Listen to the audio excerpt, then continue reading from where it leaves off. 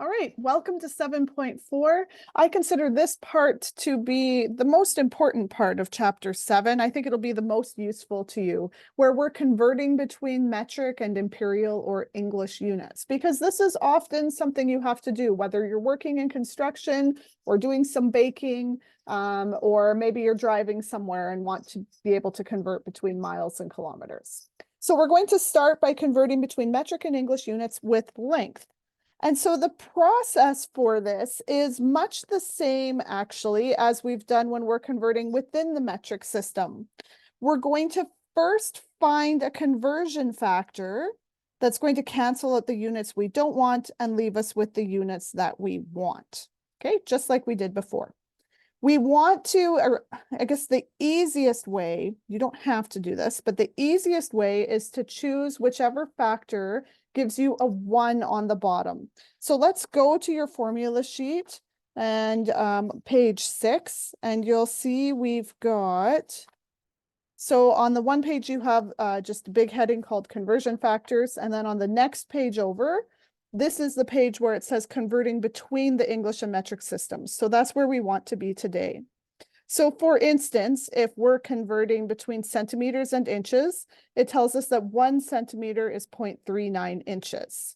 Okay, so if you want centimeters on the bottom, you could have your 1 on the bottom there, 1 centimeter. Conversely, if you wanted inches on the bottom, if you look to the right-hand tab, the right-hand cell that next to it, it says 1 inch is 2.54 centimeters. So now if you were dealing in inches and wanted to cancel off inches, you could use that conversion factor. And we'll do some practice of that. That should make more sense in a minute. So you're going to figure out your conversion factor and then multiply and then simplify if you can. So for example, we have 3 meters here and we're asked how many inches that is. Well, according to our chart, so we're going to do 3 meters. I'm just going to rewrite this. So we're going to do 3 meters, just like we did before. We're going to remind ourselves that any number can be written over 1. Now we want to multiply by a conversion factor that's going to cancel out our meters. So we want meters on the bottom, right? Because that's going to cancel out these meters and get rid of them. So we want meters on the bottom. We want inches on the top. Okay, so we want to look at our conversion factors between meters and inches.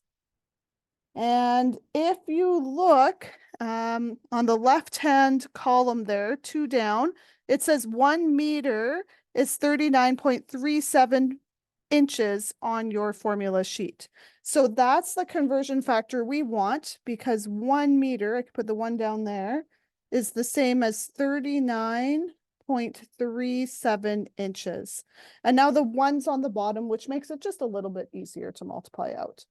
Okay, so if we do that, we're going to multiply then 3 times 39.37. And that gives me 118.11, or I should say in 11 hundredths. Our meters have canceled, so we're left with inches. Okay, let's do another one. So now we've got 25 kilometers and we want to go to miles. So once again, we're going to start by just writing that 25 kilometers over 1 to remind ourselves any number can be written over 1 as a fraction like that.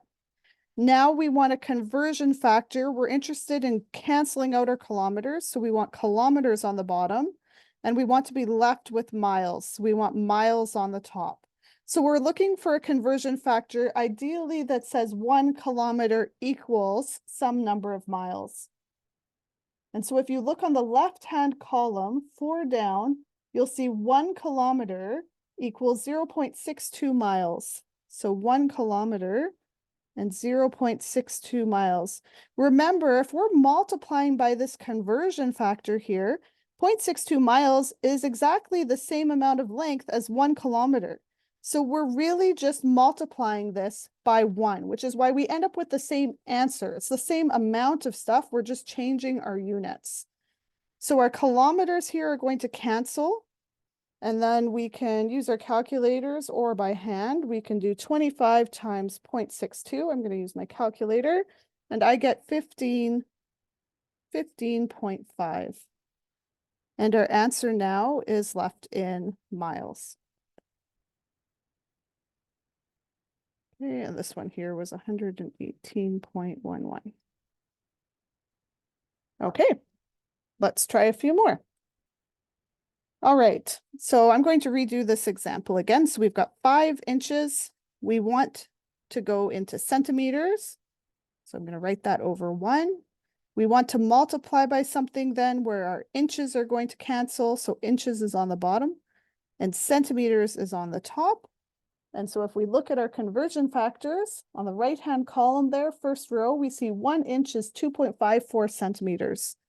So 1 inch and 2.54 centimeters. That allows us to cancel out these inches. And so our answer is going to be left in centimeters. So we do 5 times 2.54.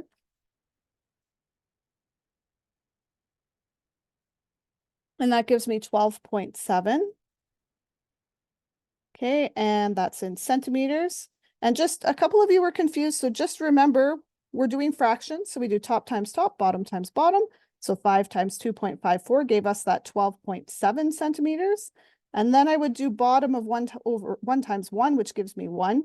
So I can simplify that to 12.7 centimeters. So that's why we're kind of, in essence, able to ignore the bottom. So here we get 12.7 centimeters. Okay, next one, we have 12 miles. Okay, so we're going to start by writing that over 1. We want to multiply by a conversion factor here that allows us to cancel out our miles. So miles goes on the bottom and leaves us in kilometers. So go ahead and pause this video and see if you can do this one on your own. Okay, let's try this one together. So if we look at our conversion factors, what do we get? 1 mile equals how many kilometers? 1 mile is 1.6 kilometers. So we have 1 mile for every 1.6 kilometers. Now we can cancel out those miles. And so when we do this calculation, we have 12 times 1.6, and that leaves me with 19.2 kilometers.